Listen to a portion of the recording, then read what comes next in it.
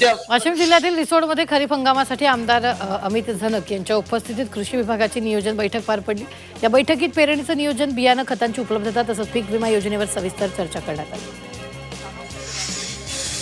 आखाती युद्धाच्या झळांमध्ये वस्त्रोद्योगाची होरपळ होत असताना केंद्र सरकारच्या अखत्यारीतील भारतीय कापूस महामंडळानं केलेल्या दरवाढीचा फटकाही आता या उद्योगाला बसू लागलाय। सीसीआयनं कापूस दरात महिनाभरापूर्वीपेक्षा 1.25 पट वाढ केल्यानं स्वतःचे दर वधारले।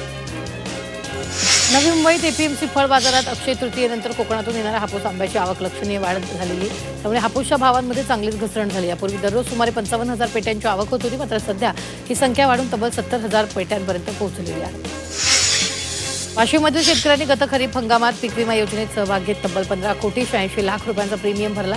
मात्र विमा कंपनीकडून केवळ एकाच महसूल मंडळातील सोयाबीन शेतकऱ्यांसाठी 1,09,00,000ची नुकसान भरपाई मंजूर करण्यात आली। जिल्ह्यातील 1,29,000हून अधिक शेतकऱ्यांनी जवळपास 1,98,000 हेक्टर क्षेत्राचा विमा उतरवला। बहुतांश महसूल मंडळाचा यात समावेश नसल्यानं शेतकऱ्यांकडून नाराजी व्यक्त होते। मुंबईचा भाजीपाला बाजार नाशिक, पुणे, गुजरात, कर्नाटक या भागांवर अवलंबून आहे, मात्र या भागात उष्णतेचा परिणाम जाणवतोय, त्यामुळे पुरवठा साखळीवर दबाव वाढलाय।